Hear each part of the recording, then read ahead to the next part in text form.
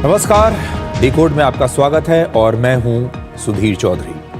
आज की सबसे बड़ी खबर यह है कि डावोस में पाकिस्तान के प्रधानमंत्री शहबाज शरीफ, आप जानते हैं कि अपने साथ किसको लेकर गए। वो डावोस में अपने साथ पाकिस्तान के आर्मी चीफ फील्ड मार्शल असीम मुनीर को लेकर गए। डावोस में इस समय जो कुछ हो रहा है, वहां पर दुनिया भर के बड़े बड़े नेता आते हैं, वहां पर दुनिया भर की बड़ी बड़ी कंपनीज के सीईओज आते हैं, बैंकर्स आते हैं, वर्ल्ड बैंक और आईएमएफ के अध्यक्ष आते हैं और वहां पर चर्चा होती है दुनिया भर की आर्थिक नीतियों की, टेक्नोलॉजी की। लेकिन पाकिस्तान की तरफ से वहां पर कौन जाता है शामिल होने के लिए? पाकिस्तान लेकर जाता है अपने आर्मी चीफ असीम मुनीर को। वो व्यक्ति जिसके दिमाग में आतंकवाद है, वो व्यक्ति जिसके हाथ खून से रंगे हुए हैं और पूरी दुनिया ये सब कुछ चुपचाप होते हुए देख रही है।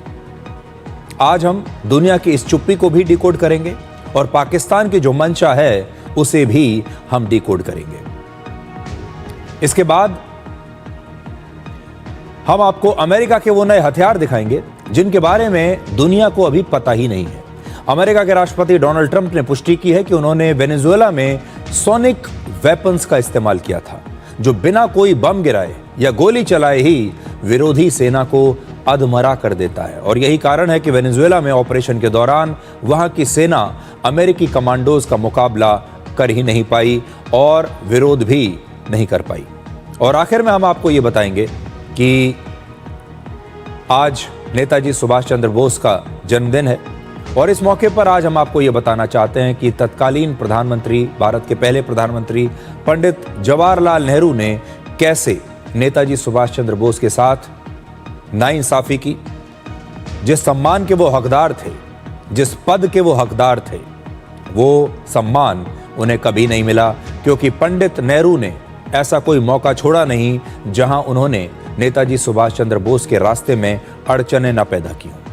इसलिए आज इसका विश्लेषण करना भी बहुत जरूरी है। लेकिन सबसे पहले आज हम आपको डावोस लेकर चलना चाहते हैं और डावोस में पाकिस्तान के प्रधानमंत्री शहबाज शरीफ शामिल होने के लिए गए हैं। लेकिन यह तस्वीर हम आपको दिखाना चाहते हैं कि शहबाज शरीफ के साथ आप डावोस में किसे देख रहे हैं, ये देखिए। डावोस में वर्ल्ड इकोनॉमिक फोरम को दुनिया का सबसे बड़ा आर्थिक मंच माना जाता है, जहां दुनिया की अर्थव्यवस्था, टेक्नोलॉजी और रणनीति पर चर्चा होती है। लेकिन सबसे हैरान करने वाली खबर यह है कि पाकिस्तान के आर्मी चीफ असीम मुनीर भी इस बार डावोस पहुंचे हुए थे, जिस मंच पर पूरी दुनिया के बड़े बड़े राष्ट्र प्रमुख, बड़ी बड़ी मल्टीनेशनल कंपनीज के सीईओज, वर्ल्ड बैंक और आईएमएफ के अध्यक्ष, बड़े बड़े अर्थशास्त्री आर्थिक विषयों पर चर्चा करते हैं, भविष्य की टेक्नोलॉजी पर चर्चा करते हैं, गवर्नेंस पर चर्चा करते हैं। वहां पाकिस्तान के सेना प्रमुख का क्या काम है? तो सबसे पहले ये तस्वीर देखिए जहां पाकिस्तान के प्रधानमंत्री शहबाज शरीफ अमेरिका के राष्ट्रपति डोनाल्ड ट्रंप के बगल में बैठकर उन्हें बता रहे हैं कि देखिए मेरे साथ जनरल असीम मुनीर भी आए हैं और वो कमरे में वहां पीछे बैठे हैं। ये देखिए, मैं भी ऐसा ही इशारा करता हूं। इस तस्वीर को आप देखते रहिए।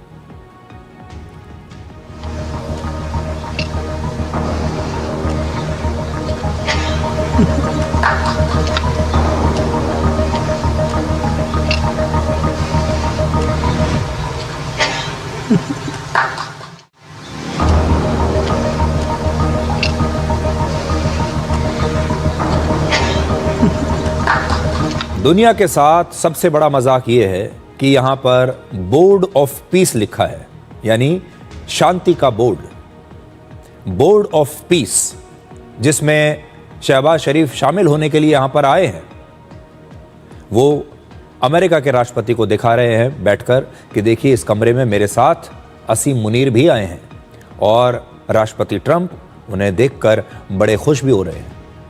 डावोस में जिस तरह का व्यवहार पाकिस्तान के प्रधानमंत्री शहबाज शरीफ ने किया, उससे उनका नाम शहबाज नहीं बल्कि शोबाज होना चाहिए, क्योंकि वो हर जगह अपने आप को डोनाल्ड ट्रंप का करीबी दोस्त बताने की शोबाजी कर रहे हैं।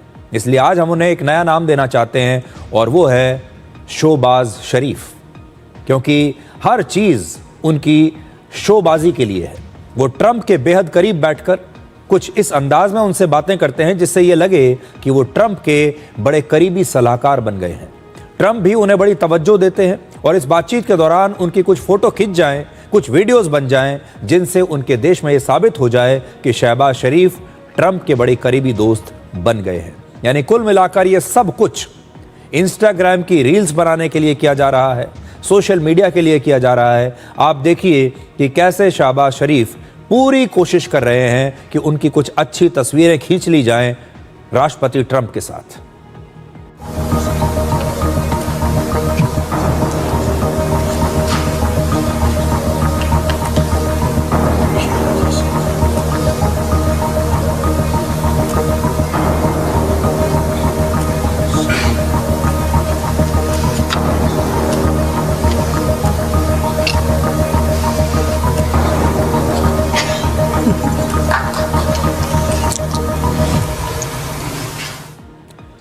तो शहबाज शरीफ की ये शोबाजी डावोस में चल रही है। डावोस में शहबाज शरीफ लगातार असीम मुनीर को अपने साथ रखे हुए थे।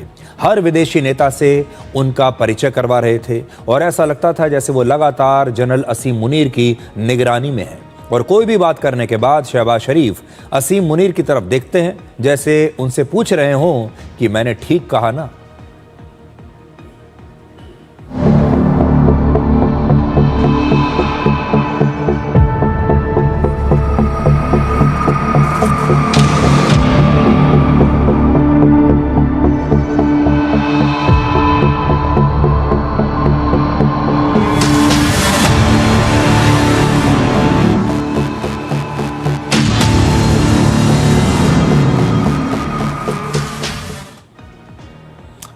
डावोस में असीम मुनीर की मौजूदगी पर पूरी दुनिया की चुप्पी हैरान करती है।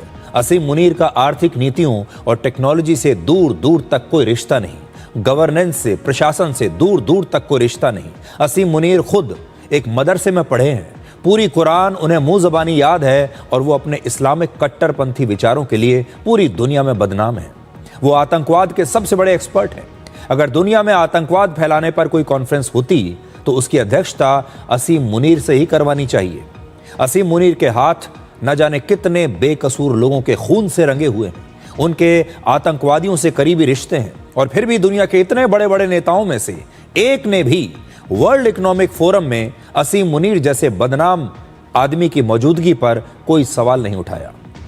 अमेरिका के राष्ट्रपति डोनाल्ड ट्रंप खुद कट्टरपंथी इस्लाम के खिलाफ बड़े बड़े बयान देते रहे हैं, लेकिन यहां उन्होंने भी असीम मुनीर जैसे इस्लामिक कट्टरपंथी मौलाना से समझौता कर लिया।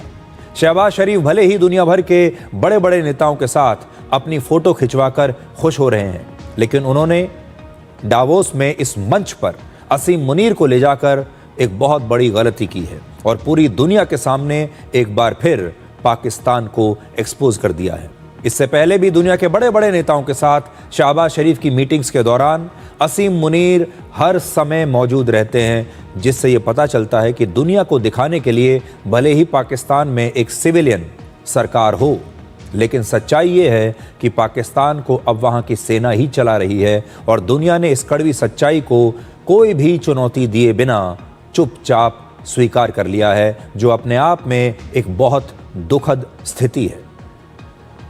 सबसे खास बात यह है कि डावोस में पश्चिमी देशों के प्रधानमंत्री, राष्ट्रपति मौजूद थे, बड़ी बड़ी मल्टीनेशनल कंपनीज के सीईओज थे, बहुत बड़े बड़े एक्सपर्ट्स थे जो अपने आप को दुनिया में शांति का सबसे बड़ा ठेकेदार समझते हैं, शांति की बातें करते हैं, बोर्ड ऑफ पीस बनाते हैं और कहते हैं कि हमें पूरी दुनिया में शांति की स्थापना करनी है। बातें कितनी बड़ी बड़ी, लेकिन वहां पर मौजूदगी देखिए किस व्यक्ति की है। असीम मुनीर की मौजूदगी को लेकर ये सारे शांति के बड़े बड़े जो ठेकेदार हैं, इन्होंने दूसरी तरफ मुंह मोड़ लिया और किसी ने भी इस व्यक्ति की मौजूदगी को चुनौती नहीं दी है। दुनिया के डबल स्टैंडर्ड्स हैं।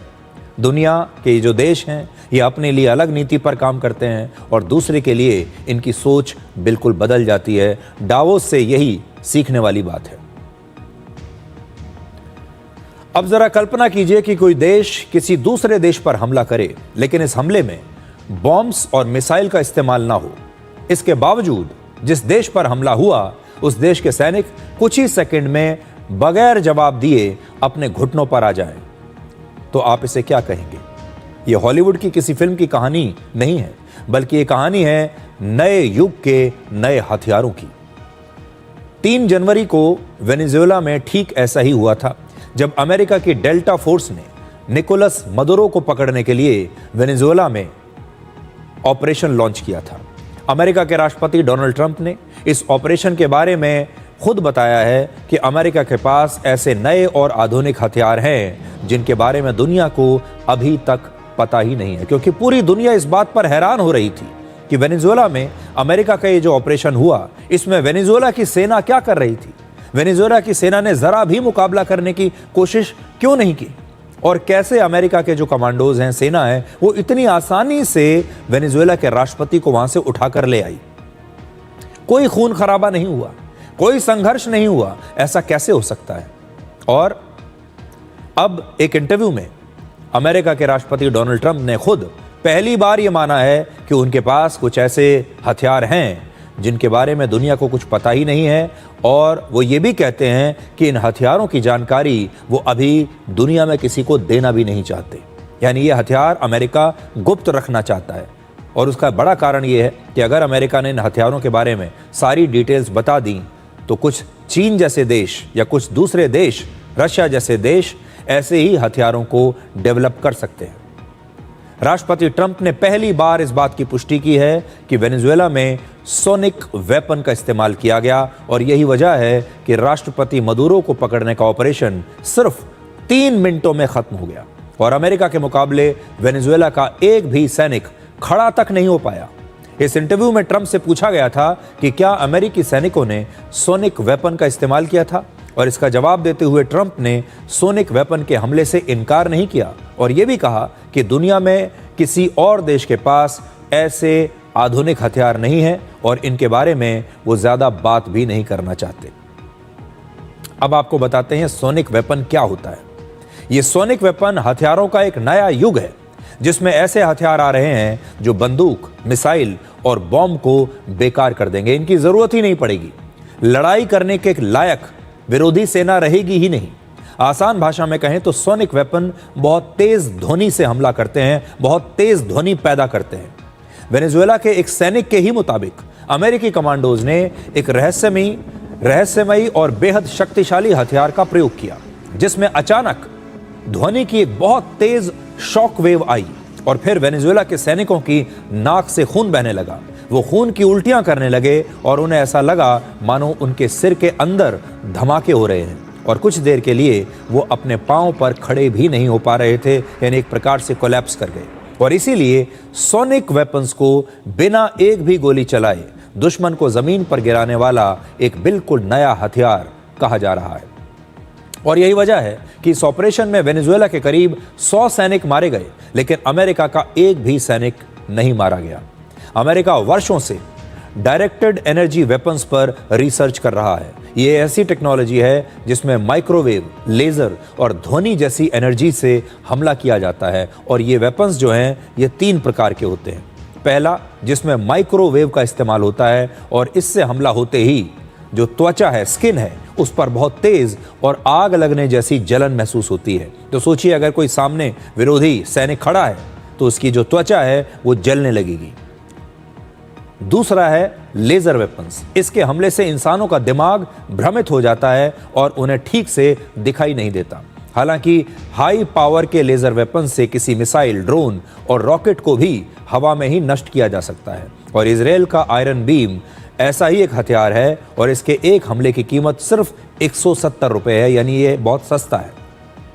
और तीसरा होता है सोनिक वेपन्स, जो ध्वनि की एक बहुत तेज शॉक वेव पैदा करते हैं। और वर्ष 2003 में इराक युद्ध के दौरान अमेरिका ने तब ऐसे ही एक हथियार का प्रयोग किया था जिसका नाम है लॉन्ग रेंज अकूस्टिक डिवाइस। और वर्ष 2009 में भी अमेरिका के पिट्सबर्ग में प्रदर्शनकारियों को वहां से हटाने के लिए पुलिस ने इसी का इस्तेमाल किया था। दुनिया में हथियारों का कितनी तेजी से विकास हो रहा है, कैसे नई नई टेक्नोलॉजी आ रही है। आज जितनी देर में कोई नया हथियार डेवलप होता है उसका R&D किया जाता है, जितने समय में, जितने वर्षों में वो हथियार बनकर तैयार होता है, तब तक उसकी टेक्नोलॉजी पुरानी हो चुकी होती है। इस समय दुनिया के ज्यादातर देश पारंपरिक हथियारों जैसे गन्स, ड्रोन्स और मिसाइल से लड़ रहे हैं, और सोनिक वेपन से युद्ध लड़ने की किसी ने अभी तक शायद कल्पना भी नहीं की है। आप याद कीजिए, कुछ समय पहले तक ड्रोन्स को यह कहा जाता था कि यही सबसे आधुनिक हथियार हैं। अब जो लड़ाई होती है वो ड्रोन से होती है, लेकिन अब सोनिक वेपन्स के आने के बाद ड्रोन्स भी पुराने जमाने की बात लग रही है, मिसाइल पुराने जमाने के दिखाई दे रहे हैं। और इस प्रकार के अगर सोनिक वेपन्स आ गए तो आप ये सोचिए कि सेनाओं को लड़ने की जरूरत ही नहीं पड़ेगी। जिस सेना के पास ये सोनिक वेपन्स होंगे, उसकी जो विरोधी सेना है वो बिना लड़े ही अपने घुटनों पर आ जाएगी, मुकाबला ही नहीं कर पाएगी, क्योंकि उनके शरीर पर इस प्रकार के रिएक्शन होंगे, खून की उल्टियां होने लगेगी, त्वचा जलने लगेगी, दिमाग भ्रमित होने लगेगा कि वो अपने हथियार उठा ही नहीं पाएंगे, और लड़ाई के लिए ना गोली चलाने की आवश्यकता पड़ेगी और ना बम और मिसाइल चलाने की आवश्यकता पड़ेगी।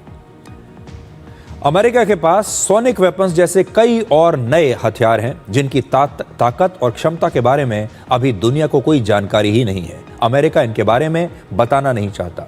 और ऐसे ही एक नए हथियार का नाम है F-47 फाइटर जेट, और यह अमेरिका का 6ठी पीढ़ी का पहला लड़ाकू विमान है। देखिए, पूरी दुनिया तो अभी 5वीं पीढ़ी के लड़ाकू विमानों की बात कर रही है, 5th जनरेशन पर अटकी हुई है, लेकिन अमेरिका ने 6th जनरेशन फाइटर जेट बना लिया है, और इसकी टॉप स्पीड करीब 2500 किलोमीटर प्रति घंटा से ज्यादा होगी। रेंज 1850 किलोमीटर तक होगी, जो अमेरिका के F-35 लड़ाकू विमान से भी 25% ज्यादा है। और इसकी सबसे बड़ी ताकत होगी स्टेल्थ, यानी ये रेडार से लगभग गायब हो जाएगा, इसे रेडार से ढूंढना नामुमकिन होगा। और ऐसे एक फाइटर जेट की अनुमानित कीमत करीब 3000 करोड़ रुपए होगी। और इस समय भी अमेरिका के F-22 और F-35 जैसे फाइटर जेट्स और B-2 जैसे बॉम्बर विमान ऐसे हैं जिनमें रेडार से बचने की काबिलियत है, यानी ये किसी भी देश की सीमा के अंदर प्रवेश कर सकते हैं और रेडार इन्हें पकड़ नहीं पाएगा। ऐसा दावा किया जाता है कि इस मामले में F-47 इन सभी विमानों से कहीं ज्यादा बेहतर होगा, और दुश्मन के लिए इसका पता लगाना, इसे स्पॉट करना लगभग असंभव होगा। और राष्ट्रपति डोनाल्ड ट्रंप ने खुद ही F-47 को अमेरिका का सबसे विनाशकारी विमान बताया है। We have the best equipment, F-35s, F-47, the new one just coming out. They say it's the most devastating plane, fighter jet ever. Who knows? They called it 47. If I don't like it, I'm going to take the 47 off it. I wonder why they called it 47. We'll have to think about that. But if I don't like it, I'm going to take that 47 off. But it's supposed to be the stage 6. It's supposed to be the first stage 6 plane, undetectable, like our B-2 bombers were undetectable. They flew right over Iran. They were undetectable. And they did their job and they got the hell out of there. तो जैसा मैंने आपको कहा कि पूरी दुनिया तो इस समय 4th जनरेशन, 4.5 जनरेशन या बहुत ज़्यादा हुआ तो 5th जनरेशन फाइटर जेट के बारे में बात कर रही है, लेकिन अमेरिका ने 6ठी पीढ़ी का फाइटर जेट भी बना लिया है। तो देखिए इसकी खासियत क्या होगी। इस लड़ाकू विमान में आर्टिफिशियल इंटेलिजेंस होगा, जो खतरा दिखने पर पायलट को खुद ही सुझाव देगा और ज़रूरत हुई तो खुद एक्शन भी ले लेगा। इन विमानों पर नई पीढ़ी के हथियार होंगे, जैसे लेजर वेपन्स और सोनिक वेपन्स, और इनकी मदद से दूर से ही दुश्मनों पर हमला करना संभव हो जाएगा, जिसकी वजह से जो फाइटर जेट है ये भी सुरक्षित रहेगा और इसे चलाने वाला जो पायलट है वो भी सुरक्षित रहेगा। इस फाइटर जेट के साथ एक या कई और ड्रोन्स भी उड़ान भरेंगे, जिन्हें इसी विमान में बैठा हुआ पायलट कंट्रोल कर पाएगा, यानी एक ही फाइटर जेट कई दूसरे विमानों या ड्रोन्स के साथ उड़ेगा। ये ड्रोन्स दुश्मन का पता लगाएंगे और हमला भी करेंगे, यानी ये आसमान में उड़ता हुआ पूरा की पूरा एक कंट्रोल सेंटर होगा। और सबसे बड़ी बात ये कि फाइटर जेट सैटेलाइट से लेकर रेडार और कंट्रोल रूम से भी कनेक्टेड रहेगा और रियल टाइम में उनके साथ डेटा और टारगेट्स शेयर करता रहेगा। यह सब कुछ रियल टाइम में होगा। इस समय अमेरिका की एक एरोस्पेस कंपनी बोइंग इस फाइटर जेट को बना रही है और इसकी पहली उड़ान वर्ष 2028 में संभव हो सकती है और अमेरिका ऐसे 185 एयरक्राफ्ट अपनी एयरफोर्स के लिए खरीदना चाहता है। और जैसा मैंने आपको बताया, इसका निर्माण कर रहा है बोइंग हवाई जहाज बनाने वाली दुनिया की एक बहुत बड़ी कंपनी है। अमेरिका के अलावा ब्रिटेन, जापान और इटली भी मिलकर अपना एक छठी पीढ़ी का 6th जनरेशन विमान बना रहे हैं और इसका नाम है टेम्पेस्ट। इस समय चीन भी अपनी छठी पीढ़ी के 2 अलग अलग विमानों का परीक्षण कर रहा है और यह दुनिया का अकेला देश है जो 6th जनरेशन के एक नहीं बल्कि 2 फाइटर जेट्स पर काम कर रहा है। और जर्मनी, फ्रांस और स्पेन भी मिलकर अपना एक छठी पीढ़ी का लड़ाकू विमान इस समय बना रहे हैं और इसका नाम है फ्यूचर कॉम्बैट एयर सिस्टम। तो दुनिया में अभी जिस प्रकार के हथियारों पर R&D चल रहा है, रिसर्च चल रहा है, वो हथियार आगे चलकर युद्ध लड़ने की जो पद्धति है उसे हमेशा के लिए बदल देंगे। और जिन हथियारों को आज हम आधुनिक हथियार मान रहे हैं, शायद उन हथियारों की कुछ वर्षों के बाद आवश्यकता ही नहीं पड़ेगी। आज के जो फाइटर जेट्स हैं वो शायद कुछ वर्षों के बाद बिल्कुल बेकार साबित होने लगेंगे। इस कदर इतनी तेजी से इस समय रक्षा के मामले में, हथियारों के मामले में टेक्नोलॉजी बदल रही है और लगातार आगे बढ़ रही है। इस बार डावोस में आपने एक तस्वीर जरूर देखी होगी, क्योंकि वर्ल्ड इकोनॉमिक फोरम के इस बार के जो सुपरस्टार हैं वो हैं फ्रांस के 48 वर्ष के राष्ट्रपति इमैनुअल मैक्रों।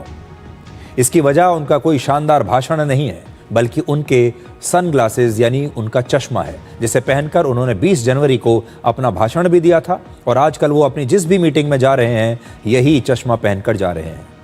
वैसे तो मैक्रों की गिनती दुनिया के सबसे हैंडसम नेताओं में होती हैं, देखने में बहुत अच्छे हैं, एक फिल्मी हीरो जैसे लगते हैं, लेकिन इस समय पूरी दुनिया में उनके चश्मे की सबसे ज्यादा चर्चा हो रही है।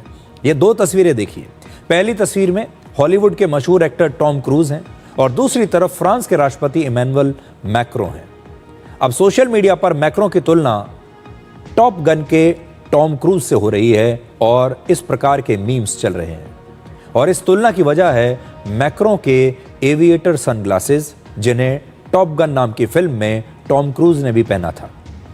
इन्हें वर्ष 1930 के आसपास यानी 1930 के दशक में फाइटर पायलट्स को तेज धूप और अल्ट्रा वायलेट रेज से बचाने के लिए डिजाइन किया गया था। इसीलिए इस प्रकार के जो चश्मे होते हैं वो फाइटर पायलट्स जो होते हैं उनकी पहली पसंद होते हैं। इसीलिए आपने देखा होगा ज्यादातर पायलट्स इसी प्रकार का चश्मा लगा कर रखते हैं। सबसे पहले आप मैक्रों की कुछ तस्वीरें देखिए कि वो आजकल अपनी बैठकों में और भाषण जब देने जाते हैं तो कैसे जाते हैं।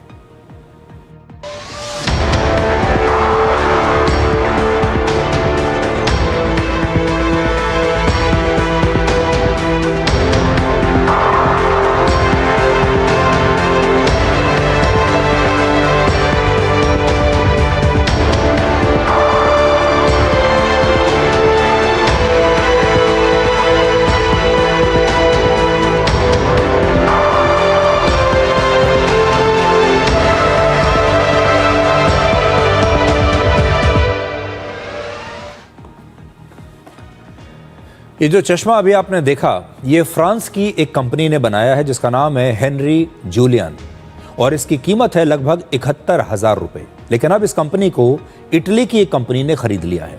मैक्रों की चश्मे वाली ये तस्वीर सोशल मीडिया पर ट्रेंड होते ही इस चश्मे की पूरी दुनिया में डिमांड बहुत बढ़ गई है। इटली के मिलान स्टॉक एक्सचेंज में हेनरी जूलियन नाम की कंपनी के शेयर्स में 28% का उछाल आया है और सिर्फ एक दिन में इस कंपनी का मार्केट कैप करीब 37 करोड़ 70 लाख रुपए बढ़ गया है। दिलचस्प बात यह भी है कि मैक्रो ने यह चश्मा एक गिफ्ट में लेने से इनकार कर दिया था। उन्होंने कहा था मैं मुफ्त में नहीं लूंगा, वरना कोई भी कंपनी उन्हें मुफ्त में चश्मा दे देगी। उन्होंने एक शर्त पर खुद इसे खरीदा कि चश्मा पूरी तरह मेड इन फ्रांस होना चाहिए। तो यह भी एक अच्छी बात है कि फ्रांस के राष्ट्रपति ये कह रहे हैं कि मैं मेड इन फ्रांस प्रोडक्ट का ही इस्तेमाल करूंगा। फ्रांस की मीडिया के मुताबिक मैक्रों की आंख की एक नस फट गई थी और उनकी आंख पूरी तरह लाल हो गई थी और इसीलिए उन्हें डॉक्टर ने सलाह दी थी कि आप जहां भी जाएं ये चश्मा लगाकर जाइए। कई और भी ऐसे नेता हुए हैं जिन्हें उनके चश्मे की वजह से अक्सर जाना जाता था। मैक्रों तो हमेशा चश्मा नहीं लगाते, लेकिन कुछ नेता ऐसे हैं जो हमेशा चश्मा लगाकर रखते थे, जैसे लीबिया के पूर्व राष्ट्रपति मुअम्मर गद्दाफी और जिम्बाब्वे के पूर्व राष्ट्रपति रॉबर्ट मुगाबे। ये अक्सर आपको ऐसे ही सनग्लासेस में नजर आते थे। भारत के भी एक ऐसा नेता रहे हैं जो हमेशा सनग्लासेस पहनते थे। उनका नाम है स्वर्गीय एम करुणानिधि। आपने देखा होगा कि वो भी हमेशा एक काला चश्मा लगाकर रखते थे।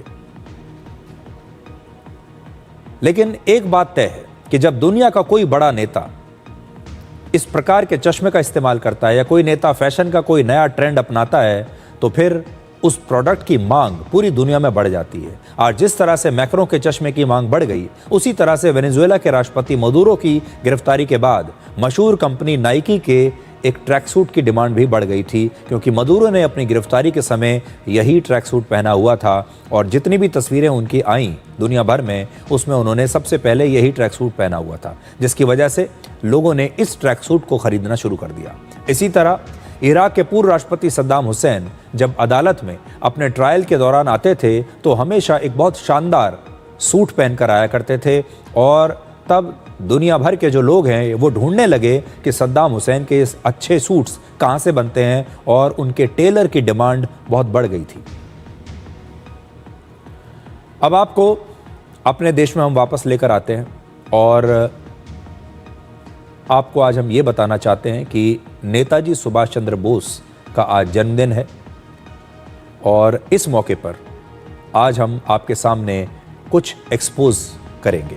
और क्या एक्सपोज करेंगे? वो ये है कि भारत के पहले प्रधानमंत्री जवाहरलाल नेहरू ने नेताजी को कभी वो सम्मान नहीं दिया जिसके वो हकदार हैं।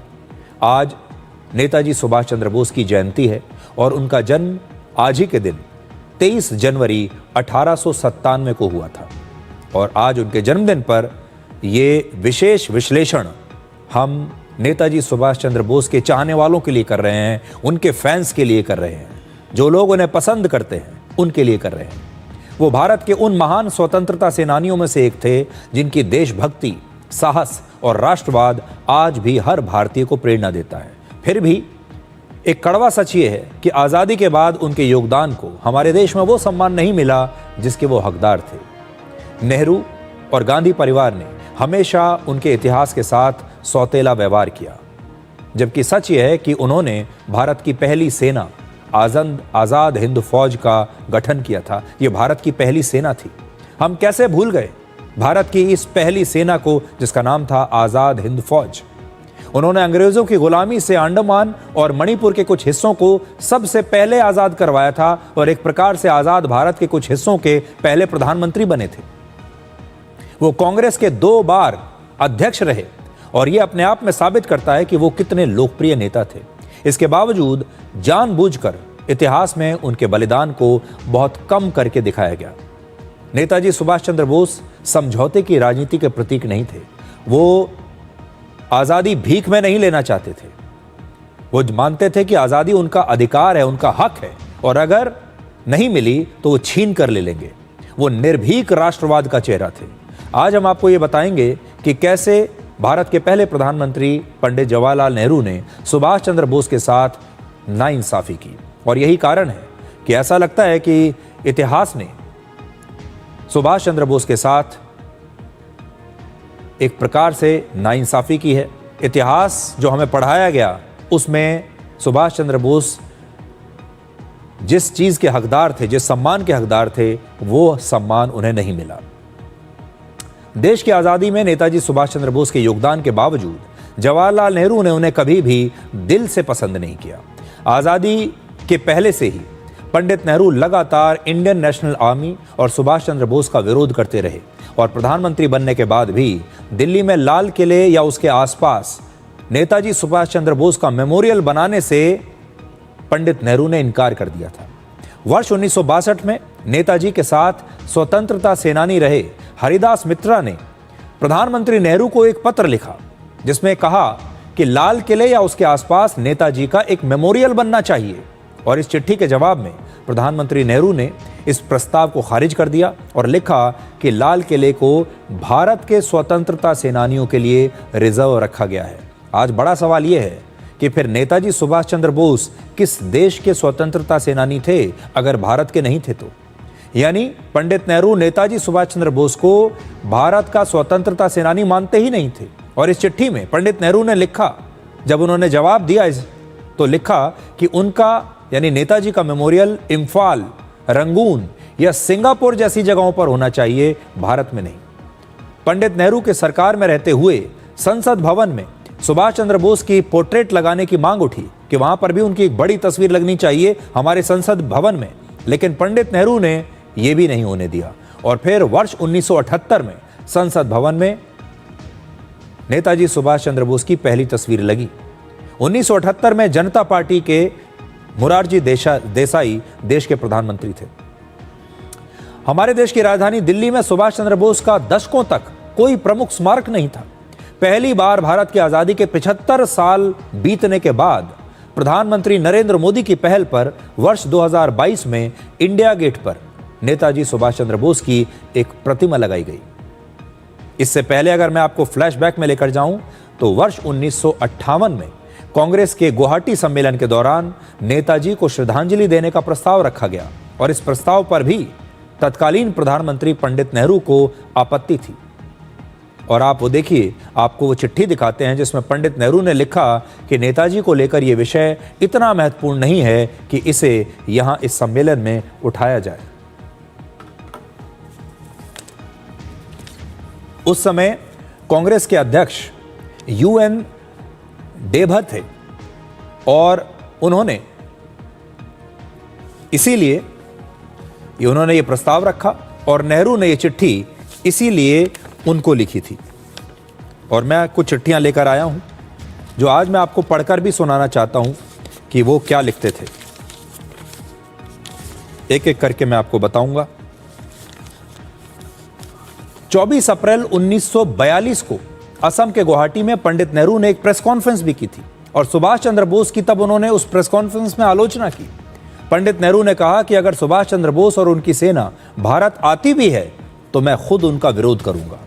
जवाहरलाल नेहरू ने यह बयान उस समय दिया था जब सुभाष चंद्र बोस खुद जर्मनी में थे और वो अभी जापान पहुंचे भी नहीं थे। पंडित नेहरू ने सिर्फ अफवाहों के आधार पर ही नेताजी सुभाष चंद्र बोस के खिलाफ यह बयान दे दिया। 1942 और 1945 के बीच पंडित नेहरू के बहुत सारे ऐसे भाषण और बयान मिल जाते हैं जिनमें उन्होंने नेताजी सुभाष चंद्र बोस और आजाद हिंद फौज के तौर तरीकों को गलत बताया था। 13 मई 1962 को सुभाष चंद्र बोस के बड़े भाई सुरेश चंद्र बोस को लिखे अपने पत्र में पंडित नेहरू ने कहा कि उनके पास नेताजी की मृत्यु का कोई ठोस और सीधा प्रमाण नहीं है, लेकिन सर्कमस्टेंशियल एविडेंस बताते हैं कि नेताजी अब जीवित नहीं है। यानी एक तरह से नेताजी को सिर्फ परिस्थितिजन्य साक्ष्यों के आधार पर ही मृत घोषित कर दिया गया और उनके परिवार को बिना किसी ठोस प्रमाण के इस बात को स्वीकार करने के लिए कहा गया। इससे पहले वर्ष 1956 में पंडित नेहरू ने कहा था कि सुभाष चंद्र बोस की मौत की अंतर्राष्ट्रीय जांच कराने की कोई आवश्यकता नहीं है। नेताजी की मृत्यु पर 2 अलग अलग जांच कमेटियां बैठी। पहली कमेटी के अध्यक्ष शाहनवाज खान थे जो पंडित नेहरू की कैबिनेट में मंत्री थे और दूसरी कमेटी के अध्यक्ष जस्टिस GD खोसला थे, वो भी पंडित नेहरू के करीबी माने जाते थे। शाहनवाज खान ने रिपोर्ट अपनी जो दी उसमें उन्होंने कहा कि नेताजी की ताइवान में मृत्यु हो चुकी है। पंडित नेहरू हमेशा इस बात पर अड़े रहे कि नेताजी की मृत्यु हो चुकी है और वो जीवित नहीं है और उन्होंने वर्ष 1952 में संसद में उनकी मृत्यु की घोषणा भी कर दी थी। 1948 से 1968 के बीच नेताजी के परिवार को इंटेलिजेंस ब्यूरो की सर्विलांस में रखा गया और इन 20 वर्षों में से 16 वर्ष पंडित नेहरू देश के प्रधानमंत्री थे। 26 नवंबर 1957 को पंडित नेहरू ने विदेश सचिव सुबिमल दत्त को खुद एक चिट्ठी लिखी और वो देखिए, ये सामने आपके है, मैं आपको बता भी रहा हूं। सुबिमल दत्त को उन्होंने चिट्ठी लिखी जिसमें लिखा कि नेताजी के भतीजे अमिया बोस टोक्यो की यात्रा पर गए हैं और मुझे उनकी यात्रा के बारे में सारी जानकारी चाहिए, वो कहां जा रहे हैं, क्या कर रहे हैं। इसके जवाब में उस समय टोक्यो में भारत के राजदूत CS झा ने वापस चिट्ठी लिखकर यह बताया कि अमिया बोस की कोई भी गतिविधि संदिग्ध नहीं है। आप सोचिए कि कैसा समय आ गया कि नेताजी के भतीजे की भी जासूसी की जा रही है। भारत सरकार ये जानना चाहती है कि वो टोक्यो में क्या कर रहे हैं। और मैं आज वो चिट्ठी लेकर आया हूं। पंडित नेहरू ने 25/11/1957 को ये चिट्ठी लिखी है। किसको लिखी है? विदेश सचिव को। कहते हैं, just before I left Japan I heard that Shri Amiya Bose son of Shri Sharad Chandra Bose had reached Tokyo. He had previously, when I was in India, informed me that he was going there. I should like you to write to our ambassador at Tokyo to find out from him what Sri Amiya Bose did in Tokyo. Did he go to our embassy? Did he visit this Rankoji temple? आप सोचिए, देश का प्रधानमंत्री ये जानना चाहता है कि नेताजी सुभाष चंद्र बोस का भतीजा टोक्यो में जाकर क्या कर रहा है। उसकी जासूसी कीजिए और मुझे बताइए वो कहां कहां गया। और इसके जवाब में उन्होंने लिखा, भारत के जो एम्बेसडर थे, राजदूत जो थे, उन्होंने लिखा, we have no information about Amiya Bose having indulged here in any undesirable activities और एक्सप्रेशंस ऑफ ओपिनियन। आप देखिए, और वो कह रहे हैं कि उन्होंने ऐसा कोई काम नहीं किया है जिससे भारत सरकार के खिलाफ उनकी कोई राय यहां पर बने। There is no information of Amiya indulging in undesirable activities और expressions of opinion adverse to government. आप सोचिए, 1957 में आजादी के बाद ये हो क्या रहा था। शिशिर कुमार बोस, जो स्वतंत्रता सेनानी और सुभाष चंद्र बोस के भतीजे हैं, उन्होंने लिखा था कि भारत के स्वतंत्रता संग्राम में दो व्यक्ति, पंडित नेहरू और महात्मा गांधी, यही मायने रखते हैं। सिर्फ दो लोग मायने रखते हैं, नेहरू और महात्मा गांधी। बाकी सब तो एक्स्ट्रा है। जिस प्रकार से फिल्म में आप देखते हैं ना, एक्स्ट्रा कलाकार, बाकी सब तो एक्स्ट्राज में है। अप्रैल 1958 में सीआईडी ने तब आईबी को यह बताया था कि नेताजी के भतीजे रिसर्च के लिए काफी मटेरियल इकट्ठा कर रहे हैं और दूसरे कॉन्टैक्ट्स से बात करके जानकारियां जुटा रहे हैं उनके बारे में।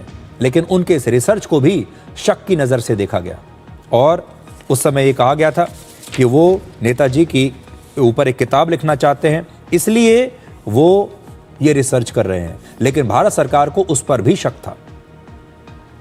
और कोलकाता में नेताजी के परिवार के जो मकान थे, जो उनके एड्रेस थे, जहां वो रहा करते थे, जिस घर में, वहां नेताजी का जहां परिवार रहता था, वहां आने वाली हर चिट्ठी की जांच करने के लिए आदेश दे दिए गए थे। और आज वो कॉपी भी मैं आज लेकर आया हूं आपके पास। देखिए इसमें क्या लिखा है। कॉन्फिडेंशियल ये चिट्ठी है और स्पेशल ब्रांच सीआईडी कलकत्ता, वहां से लिखी गई है, उनको लिखी गई है। The interception of the correspondence of 38/2 Elgin Road and 1 Woodburn Park, Calcutta, which was authorized in government order, फिर order का नाम लिखा है, has been carried on with good results, and I would therefore request that an order extending the period of interception for a further period of 1 year may be issued with effect from 1/10/49। तो आप सोचिए कि ये बाकायदा, ये तो लिखित record है जिसमें वो ये कह रहे हैं कि अभी हमें 1 साल और हमें दीजिए ताकि हम वहां आने वाली हर चिट्ठी को पहले हम पढ़ेंगे और उनकी जासूसी करेंगे।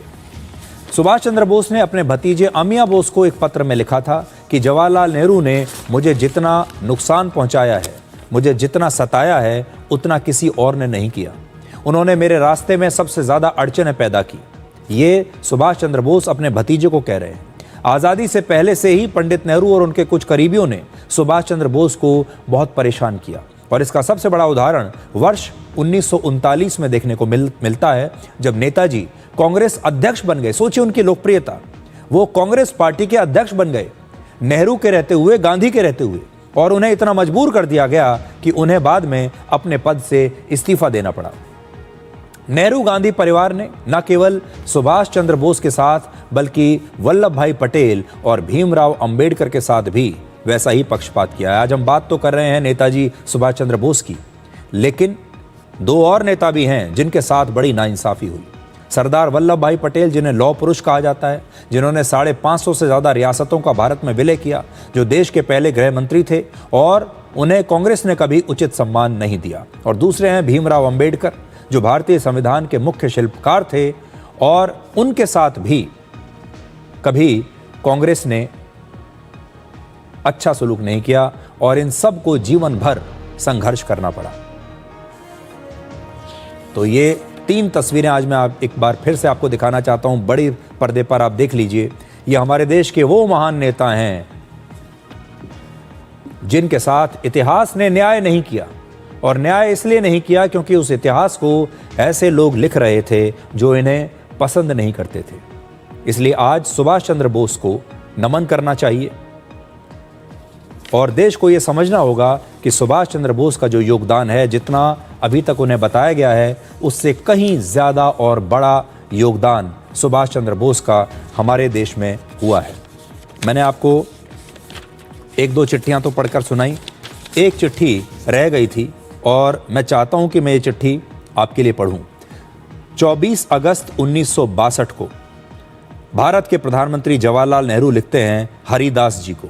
हरिदास जी वो व्यक्ति हैं जिन्होंने लाल किले पर नेताजी सुभाष चंद्र बोस के स्मारक के लिए चिट्ठी लिखी थी भारत के प्रधानमंत्री को कि यहां उनका स्मारक बनना चाहिए, मेमोरियल बनना चाहिए।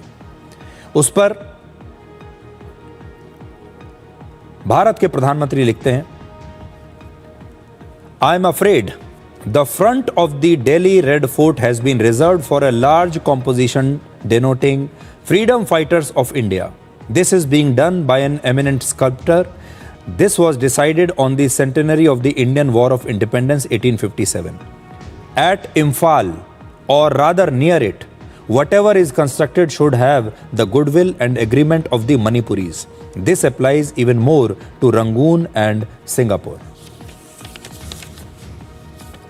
और उसमें वही कहते हैं कि रंगून और सिंगापुर में भी पहले वहाँ के लोग अगर इस बात पर राज़ी हो जाएंगे तो वहाँ इनका मेमोरियल बनाया जा सकता है। यानी वो तो उन्हें भारतीय स्वतंत्रता सेनानी मानने के लिए ही तैयार नहीं है। अब बात करते हैं मेड इन भारत रेटिंग की। आपने अक्सर ये नोट किया होगा कि किस देश में अल्पसंख्यकों के लिए कितनी धार्मिक आज़ादी है, किस देश में मानव अधिकारों की क्या स्थिति है, कहाँ लोकतंत्र कितना मजबूत या कितना कमज़ोर है, और किस देश में प्रेस को कितनी आज़ादी है, प्रेस फ्रीडम कितनी है। इन सभी मुद्दों के बारे में पश्चिमी देशों की संस्थाएं, उनके NGO अपनी अपनी रेटिंग्स पूरी दुनिया में जारी करते हैं और इन्हीं रेटिंग्स को सारे देश अपना सर्टिफिकेट मानते हैं। यहाँ तक कि वर्ल्ड हैप्पीनेस इंडेक्स भी पश्चिमी देश ही जारी करते हैं, जिससे पता चलता है कि किस देश के लोग कितने खुश हैं या कितने दुखी हैं। ये सब रेटिंग्स पश्चिमी देश जारी करते हैं। इन सभी रेटिंग्स में एक खास तरह के एजेंडे की मिलावट होती है, जिसमें ये देश, इनकी संस्थाएं ये बताने की कोशिश करती हैं कि दुनिया में इंसानों के अमन, चैन, सुख, दुख और आज़ादी का पूरा ठेका सिर्फ इन्होंने ही लिया हुआ है। यही तय करेंगे कि कौन सा देश अच्छा काम कर रहा है, कौन सा खराब काम कर रहा है। हम काफ़ी समय से ये कहते आ रहे हैं कि भारत जैसे देशों को भी अब अपनी रेटिंग्स और मानव अधिकारों पर अपनी रिपोर्ट जारी करनी चाहिए। अब भारत ने अपनी पहली बार ग्लोबल इंडेक्स रेटिंग की शुरुआत की है। पूर्व राष्ट्रपति रामनाथ कोविंद ने इस इंडेक्स को लॉन्च किया है और इसका नाम है रिस्पॉन्सिबल नेशंस इंडेक्स यानी RNI। ये इंडेक्स बताता है कि दुनिया में कौन सा देश कितना जिम्मेदार है। रिस्पॉन्सिबल नेशंस इंडेक्स में 154 देशों की सूची में सिंगापुर को पहला स्थान मिला है, यानी सबसे ज्यादा जिम्मेदार सिंगापुर को माना गया है। स्विट्जरलैंड दूसरे नंबर पर, डेनमार्क तीसरे और साइप्रस को चौथे नंबर पर रखा गया है। इस इंडेक्स में भारत 16वें नंबर पर है, जबकि अमेरिका 66वें नंबर पर और चीन की रैंकिंग है 68। 154 देशों के इस इंडेक्स में सेंट्रल अफ्रीकन रिपब्लिक देश सबसे आखिरी नंबर पर है और ये रिपोर्ट बताती है कि किसी भी देश की ऊंची GDP या बड़ी आर्थिक ताकत ये सुनिश्चित नहीं करती कि वो देश कितना बड़ा है या फिर कितना जिम्मेदार है। हो सकता है वो देश अमीर हो, बड़ा भी हो, लेकिन जरूरी नहीं कि जिम्मेदार भी हो। इस रिपोर्ट में यह पता चला कि तीसरी दुनिया के बहुत सारे विकासशील देश जो उतने अमीर नहीं हैं, उतने विकसित नहीं हैं, वो देश पर्यावरण, सामाजिक न्याय और महिलाओं के अधिकारों के बारे में बड़े बड़े विकसित और पैसे वाले देशों से बेहतर काम कर रहे हैं। अभी तक दुनिया किसी भी देश की सफलता को इन 3 पैमानों पर आंकती थी, और वो पैमाने उस देश के पास कितना पैसा है, उसकी सेना कितनी शक्तिशाली है और उसकी अर्थव्यवस्था कितनी तेजी से बढ़ रही है। सफलता के यही पैमाने हैं।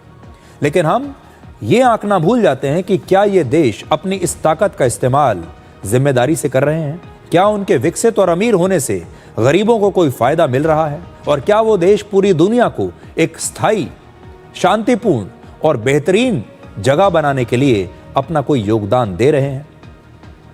रिस्पॉन्सिबल नेशंस इंडेक्स को दिल्ली की जवाहरलाल नेहरू यूनिवर्सिटी और मुंबई के इंडियन इंस्टीट्यूट ऑफ मैनेजमेंट की मदद से वर्ल्ड इंटेलेक्चुअल फाउंडेशन ने तैयार किया है, और 3 वर्षों के रिसर्च के बाद इस इंडेक्स को बनाया गया है।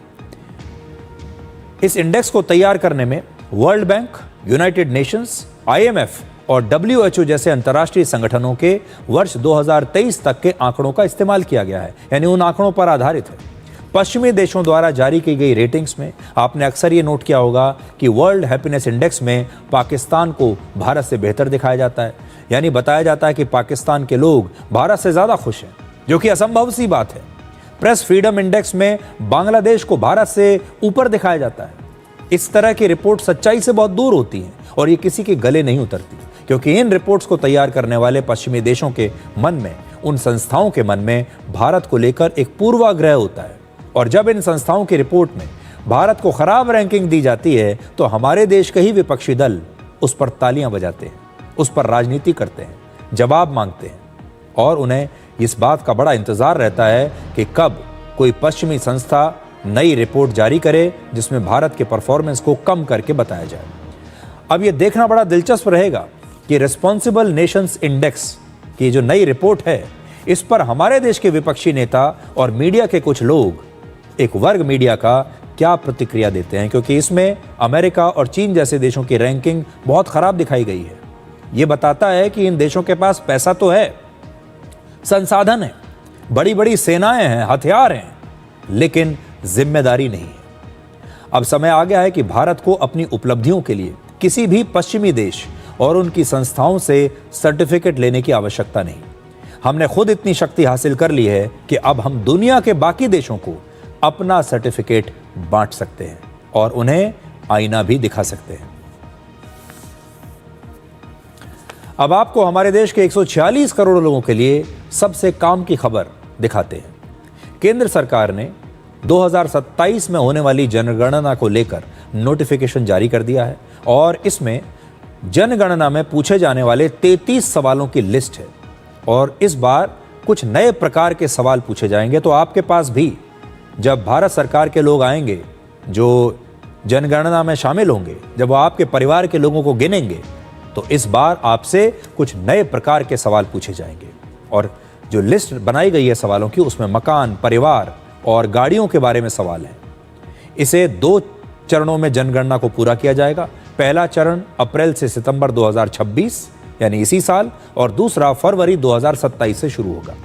पहले चरण में घर और उससे जुड़ी जानकारियां आपसे पूछी जाएंगी, और पहले चरण में देश के लोगों की आर्थिक स्थिति को विशेष तौर पर समझने की कोशिश की जाएगी। 2011 के बाद पहली बार ये जनगणना हो रही है, और पिछले 15 वर्षों में आर्थिक रूप से भारत बहुत बदल चुका है। इसलिए इस बार की जनगणना में देश की अर्थव्यवस्था को समझने की बहुत कोशिश की जाएगी, क्योंकि स्थितियां बदल गई हैं, और इसी आधार पर देश के लोगों के लिए अगले 10 वर्षों की योजनाएं बनेंगी।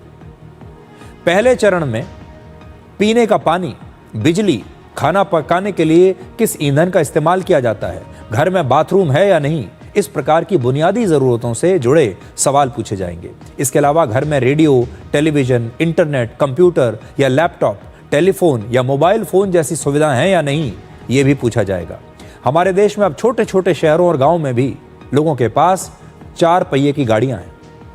इसलिए इस बार की जनगणना में 4 व्हीलर को भी शामिल किया गया है, यानी आपके पास कार है या नहीं, ये भी पूछा जाएगा। इस बार की जनगणना में लोगों से एक दिलचस्प सवाल भी पूछा जाएगा कि उनका खाने वाला प्रमुख अनाज कौन सा है। अनाज को लेकर इस सवाल के जरिए हमारे देश में खान पान के बदलते तरीकों को भी समझा जाएगा, और इनके आधार पर सरकार कृषि क्षेत्र के लिए और दूसरी लोक कल्याण योजनाओं के लिए भी काम करेगी, क्योंकि सरकार को ये पता होना चाहिए कि हमारे देश के लोगों की पसंद क्या है, हमारे देश के लोग किस टेक्नोलॉजी को इस्तेमाल कर रहे हैं, कंप्यूटर इस्तेमाल करते हैं या लैपटॉप इस्तेमाल करते हैं या स्मार्टफोन इस्तेमाल करते हैं, इंटरनेट इस्तेमाल करते हैं तो कितना इस्तेमाल करते हैं, वो 4 पहियों की गाड़ी का इस्तेमाल करते हैं या 2 व्हीलर, खाने में वो क्या खाते हैं, उनकी आदतें पहले के मुकाबले कितनी बदल चुकी हैं। जब तक सरकार अपने देश के लोगों की आदतों को समझेगी नहीं, अपने देश के लोगों की ज़रूरतों को नहीं समझेगी और उनके जीवन में क्या क्या बदलाव आ चुके हैं उन्हें समझेगी नहीं, तब तक वो योजनाएं कैसे बनाएगी। इसलिए जो जनगणना होती है वो सिर्फ इसलिए नहीं होती कि इसमें यह पता चले कि हमारे देश में लोगों की संख्या कितनी है, वो इसलिए भी होती है ताकि देश के लोगों का जो सही चरित्र है, हमारे समाज का सही चरित्र है, उसके बारे में भी पता चल सके। उनका लाइफस्टाइल क्या है, उनकी पसंद और नापसंद क्या है, खाने पीने में क्या पसंद है क्या नापसंद है। हो सकता है सरकार अपनी किसी योजना के तहत आपको एक खास प्रकार का अनाज दे रही है, लेकिन लोग उस अनाज को खाते ही नहीं, तो फिर फायदा क्या। अब एक छोटा सा ब्रेक ले रहे हैं और ब्रेक के बाद आपको भारत के अटूट हौसले की तस्वीर दिखाएंगे। और आज 26 जनवरी से पहले दिल्ली में रिपब्लिक डे परेड की फुल ड्रेस रिहर्सल हुई है।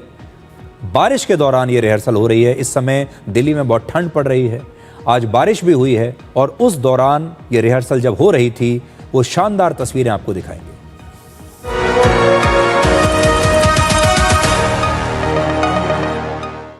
कौन है जो जोड़े देश को? विकसित भारत का विकसित भारत।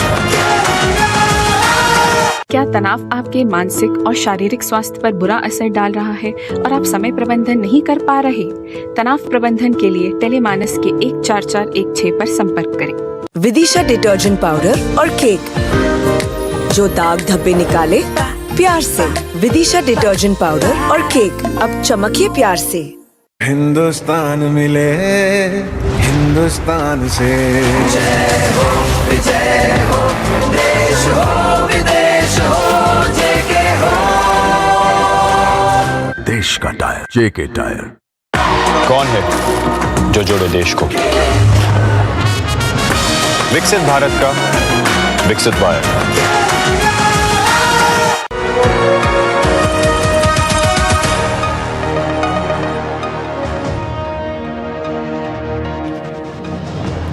अब आपको भारत के अटूट हौसले की कुछ शानदार तस्वीरें दिखाते हैं।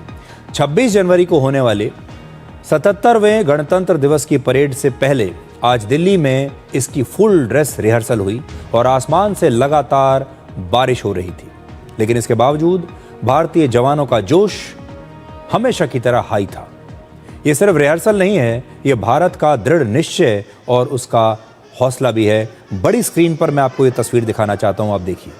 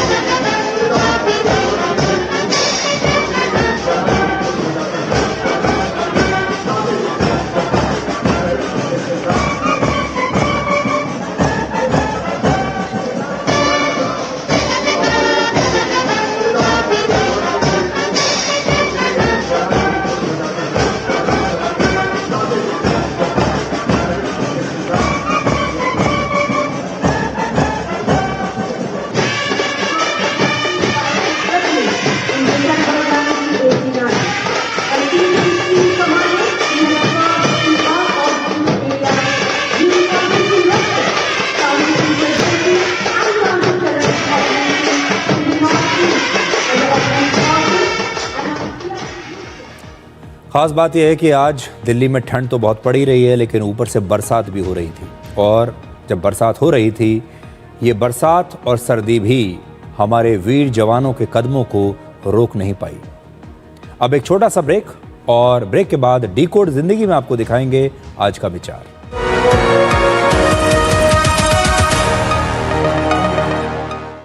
कौन है जो जोड़े देश को? विकसित भारत का विकसित भारत। गोल्डी मसाले के 100 ग्राम के स्पेशल पैक्स में फ्रेशनेस लॉक है। ऐसे गोल्डी मसाले जहां जाए रिश्ते बनाए। बच्चों को सर्टिफिकेट मिले तो कितना अच्छा लगता है ना। और अगर आपके आटे को भी मिले तो गेहूं की क्वालिटी, आटे की शुद्धता, रोटी की सॉफ्टनेस के लिए सर्टिफिकेट अगर होता तो है ना। आशीर्वाद आटा का क्वालिटी सर्टिफिकेट। पैक स्कैन करो, खुद चेक करो। आशीर्वाद आटा, क्वालिटी का वादा, लिख के ले लो।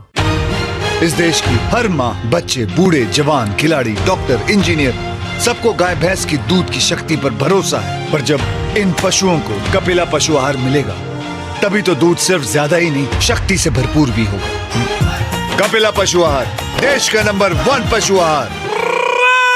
क्या आप परेशानियों से घिरे हैं? मन भारी है और कोई रास्ता नजर नहीं आ रहा? याद रखें, समाधान आपके पास है। टेलीमानस के निशुल्क नंबर 14416 पर कॉल करें। कहीं से भी, कभी भी, 24 घंटे यह सुविधा उपलब्ध है। यहाँ आपकी बात सुनी जाती है, समझी जाती है और आपको सही दिशा दी जाती है। आप अकेले नहीं हैं, मदद बस एक कॉल दूर है। कौन है जो जोड़े देश को? विकसित भारत का विकसित वायर।